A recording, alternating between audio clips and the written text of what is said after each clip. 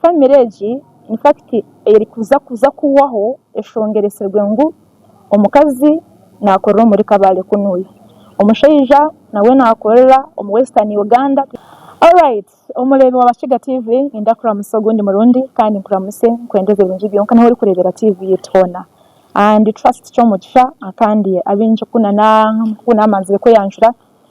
ejo nizina ryanje kandi abinji abatakande baga hakire mu mukizire kumperera abo kwantwero mu media ndekora mu radio stations. Program yitu ne rizoba eyamaka twine baruha eresirwe omwe mu bantu baburijo kandi jibaruha muno munonga inakakwate nahabushwere obwineho ubone mu distance omusheja natura Kabale ningashi nakorera Kabale omukazi nakorera nka Kampala ningashi nka ibiro noshanga omusheja ningashi omukazi ari nkahera ryaciyeyo and maybe omukazi asigero mu Uganda n'abana and obo bushwere buri kuteganisibwa munonga. For example hariho family emwe omuchanga kitu kya Kigezi eki family egi in fact eri kuza kuwaho eshongereserwe ngu omukazi nakorera muri Kabale kunuya omushaija nawe nakorera omu Western Uganda tindi kwenda kuba munonga a specific habyaro n'amazina konka bona bali mu Western Uganda but then the issue is tibaratura hamwe omukazi ari Kabale ari muri Greater Kabale ari kwerayo omushaija ari n'ahandi ari gukora mbene hati nkuba yishira hagati omushaija niwe alesere obujunanize bwana alesere obusasi agira ngo nyamukazi ngo aragira ngo we ebyo kumara ubwire atabonine niba biri kumuteganisaga because nkemye mibara barakora mu shangwe n'umurimo uri busy munonga orasa kumara nangwa n'ukwezi utakarebaga family yawe but this woman omukazi weye nagira ngo ukushanga yamara Sunday akatahindijo atabwine n'omushaija ngukira muteganisaga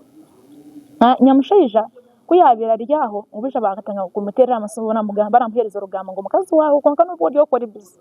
noshangu abandi bashije barekace nko kumutwara kuyamuterera isimu yamubuza habya ari kurira umukazi akamugira ngo utakamara Sunday atakarebere mushije. Oh my goodness. Utakamara Sunday atakarebere mushije and ogumushije ko yamazire yagambona aba bosses beye buri kwezi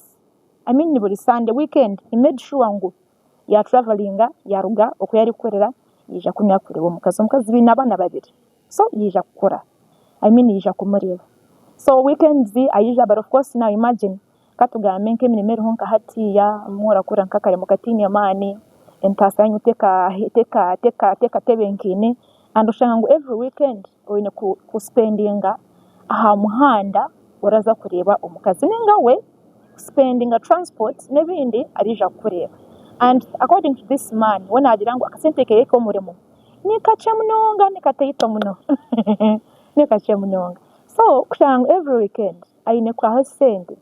roughly nka ndemi twaronke kuri maso kugenda mu muhanda kugira ngo agenda shube agarukeyo bwana rero nagira ngo wakoresha agandira umukazi ngo mugumisirize umukazi yanga kugumisiriza already rumors nizigira ngo umukazi yabwe niyo ndije umusheja hamure mahari kukorera already no shangu yatangiye kucheating and this man kutuganire yanyereka ngo nakunda umukazi we munonga konka umukazi we ari impatient now nije hamwe yariza kugira ngo tugambeho aha long distance relationships oyino musheja oyino mukazi and you don't stay together ni mwasaka baho muta n'ubushwere bwanyu bora distance mutari kutura hamwe kandi bukaguma buri intact burije mukaguma mukundine mukaguma mwina makamara developinga kandi muri abantu muri family muri omuntu omwe abashweni one long distance relationships oyireho na mwaba muratura hamwe ekintu communication umurukiga turache tokurizingana emputizingana okugamba muraganira n'ikintu kikuru munonga in fact ninko musinje ogwa obushwere kubaho ningashi obukamaraho ubwire burengwe as imagining mu myaka yakareho okoshanga nk'abashija bakunywa akabare witu muri Kigezi baruga nkabaza nkazakoca kupakaza nangwa musimu gatariho konka kibarya uyabona ko ndije umuntu uri kupakariza yaza kutaha amuhandikira akabaruha akaretera umukazi we kugira umukazi amenye umushija wanje nubwo ari hariye konka acatwijuka nguturiye twenka family agezaho konka ati umurembo guturimo gurimo amasimu gurimo kushanga ngo gurimo amasimu how do you even spend half a day kanti kole nkabaso okamara eshweka chizoba utagambira n'umukazi wawe ninga n'umushija wawe which kind of job are you doing ashanga utokabasa kwibanka 1 second because it doesn't need a lot kuza mu messages text messages ukamutira ngo hi darling how I hope you're doing well olije muri muta ebyo lunch ukamufawo ukamubuza warya ki what are you doing ebintu ngebyo ukamutera akasimu ko mu mwazo yakubijyamo ukamuganirira it shouldn't even stop there kushanga ngo communication yetaga ibintu byinshi munonga numasa communicatinga future plans z'amakaganyu ningashi communicating challenges ezeri kuboniwe ngo mukazi ori wenka ningashi zibari kutungana because basically I thought ndateteza ngo kihine muntu okabire nakuha okuhumurizibwa ninga akagarukamu okwetombitwa kwawe kushira baro ninga sho mukazi wawe wiri wase bahamuremo of course uryo kote nawe ajyaje kuteganisa ko watahamuka ko yeri kutura washanga utego umuntu kumugira ngo sorry so mutebeze biwaraba mu on phone akuhumurize comforting then obyame nawe abyame and of course even zamumanye wagira challenge umushije atari ukumuterera isimu ukamugambira ubundi hire hecho communicating about the kids abana bindi kugambanisha mwa mubine bina kugambana nyina ukatera kasimu ukateka abana mukagamba mwenu mukagamba na bana and when communicating amchikore intention to an extent that stakum haliza messages zonka isobwire mukole video calls umurebe muganire abana bamurebe muganire like you feel as if you're together without how distance ndigwa aka message kamwe good morning in the morning uname the whole day mumwazo good night that is not enough muganire no bora distance mugambere ngo abanyuma yo kwezi I was planning munatunga kasente tukolechi together timuri hamwe konka muri planninga hamwe ari kuri ni wuri konka still eseteze muri ukora imwenka family because both of you are working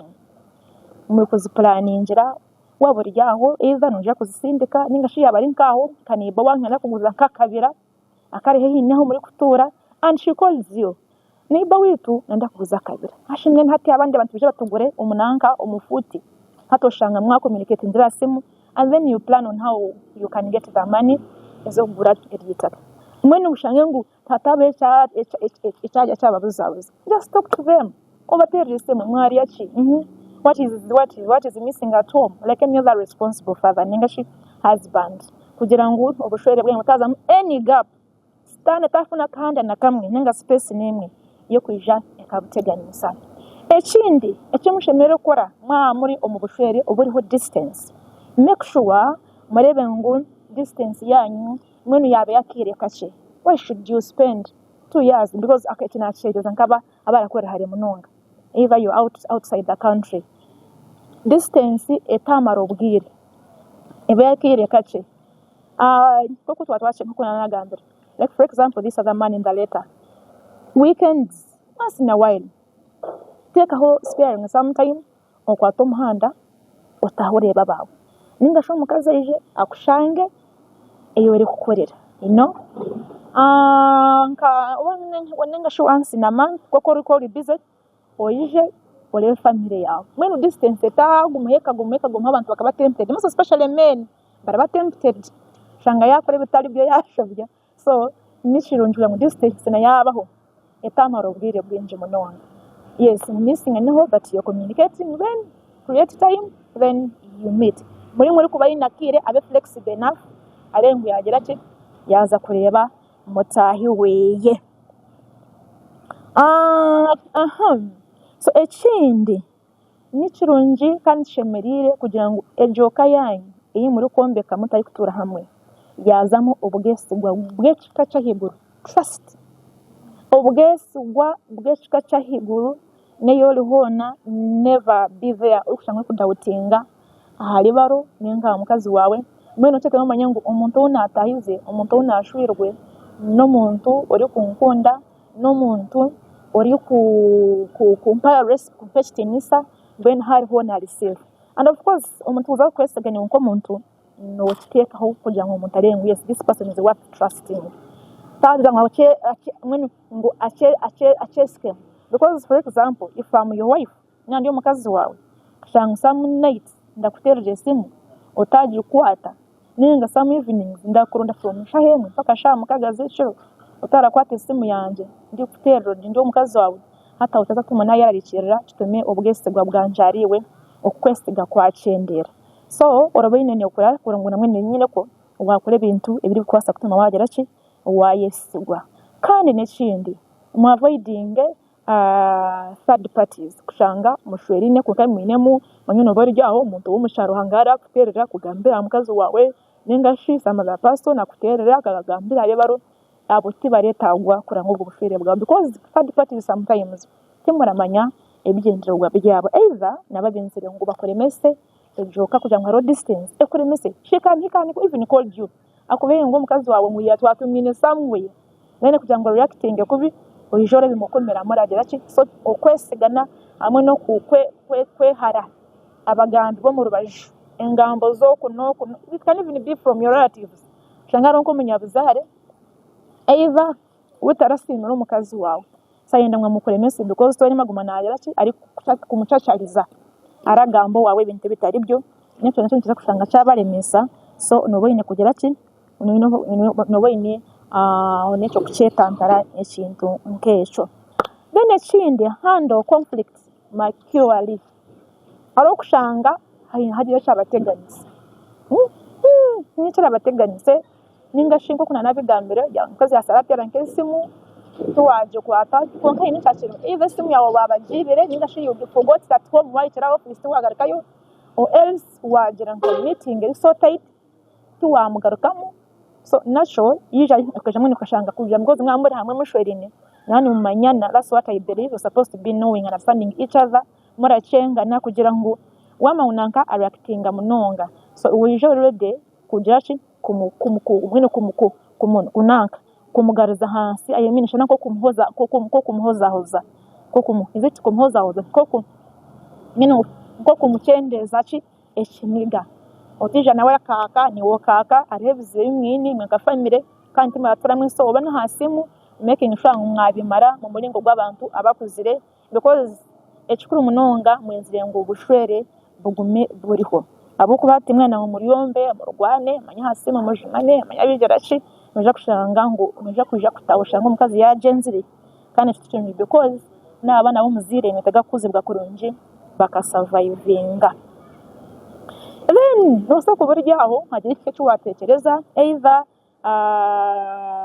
nonda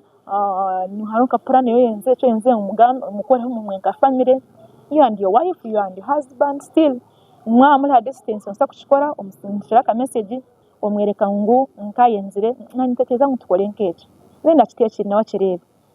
okay mukiganiro on distance hasimu mukiganireho then yareba idea yarakora mukigendero idea itakozire mugereki mugirugo ekindi yes you on distance konka muteke hendijo miringo yo kuguma mweno kwereka ngo kubagumya muri hamwe kubagumya muhikeine eiza ngoko nanachiga musekura nko muntu yanazanka Kampala umuhandikire kakabaruha put something like a gift utemuke nka gift then from nowhere surprise that partner ogomukazi ne ogomshijura distance kugira ngo omuntu obani basi obanishi iyo package nonjo ka package ngeje okaherezwa na basi then uhandike number ba communicating are receiving account keye surprising with either gifts ningashi nobundi bubaruha kugira ngo ki oshi agumare kumanya ngo omuntu wanje no mutari nawe konka acanyine aha mutima kandi nantwara nk'enshonga nkuru n'ibindi nk'ebyo and mugire kusasirana mbwenu hagira n'umuntu kiyashobya azironga azikwisha ya explaining akushobora ngo kikabahabwa eshonga egineji ningi and of course hatanya okubiha kurashenyaga amaka munonga. If you have that wife, that husband oyine baro oyinogo mukazi nikirungi kugumura mugambere ibintu ebiri byo by'amazina abo kwera bishuba naza kisobwira bikwati kandi aho kwata kabiri umenye ngo natakikwesiga kandi ubwese kubiri ko umaka amakagu nigaga tacishoba kubona umusa kuba muturi hamwe konka nusha kushanga ngo ebintu tibyagira tibyatebenkana kuko mukabyenzire mbenu awutagumura uri kumubiha harimo nkege bene kindi once na while woriyo mukanko umwazo ari families kushanga iwe no mukazi ni mukuna kureba nkabaga movies aho ni mukunda bwa series bici no mugami munda kubwa movies bwa rave umujengu nandi ku watching akamuvaka naka niwe ka watching then on distance muri yaho mushange ngo yes aro distance muri hamwe physically konka in spirit muri hamwe kurujera no kumuri gukora plan zone mutasherekana esente zanyu zimura kwa mu planning hamwe bene ubwo bushwere nimuje kugera nimuje kubaho mwene amagara maronje mutebengene hamwe no kugumisiriza I don't know ngeje barwa ubwo mukazi never yari biro kinda manko kweri konka ninjira kacheta mu not to wait for a man so wana mangu mushije wandare korera nebe nimukozere busy ubwire bwo kuja bwenye bushindiko sana bwambera ngo boss wanje akampa kutaha only once in a month shanga yacu kugambire ngo wanyo muri mugo ndikora nyine chance yo kutaha nka weekend mu kwezi so ubwo mukazi arine kugumisiriza kamanya ngo mushije wanje on mugwari ho ninga sho mukazi wanje mu mugwari ho ari busy ndangubona no mu kwezi ninga we yarebo weyehe ubwire bwo hara sikubona kire na waba flexible gereke ayije akushange awere gukorera kugira ngo distance etabeshe because umurembe guturimo these days habwe mirimo no kupakaza muri munonga this generation abinji muto turya abakozi abinji abwe mirimo turakora uza kushanga cyaguma kushanga ngo uratura nabaro uratura n'umukazi wawe n'inka family muratura hamwe abo kwatura mu murembe gwo kupakaza turimo nabo kwa school fees the economy is not economy yondi ryahegumire eri kutusikampa mpaka so shanga umwine kukora umwabesa hoci amakaganya and so mwabwine njo mirimo mutari mwakujikora kugira ngo amakaga atafungara murajikora kandi namakaga gumyeho kandi mutunguke then mugera makamaronje ebini nje kubyongeraho but of course ubwo naho gambere wine any issue wine kintu nje kuteganyiza tira kwata bushwere bwawe nenga bundi bushwere bwa your neighbors nebindi please jamu inbox ya eno of the pages zitu Facebook, TikTok, YouTube, yeah, then or take that very issue then tuza kugishoma tuija turukwereza solution zene ngashi turi kure ko kubasa kumaraho ekizibecho we bari kutuleba Bakiga TV.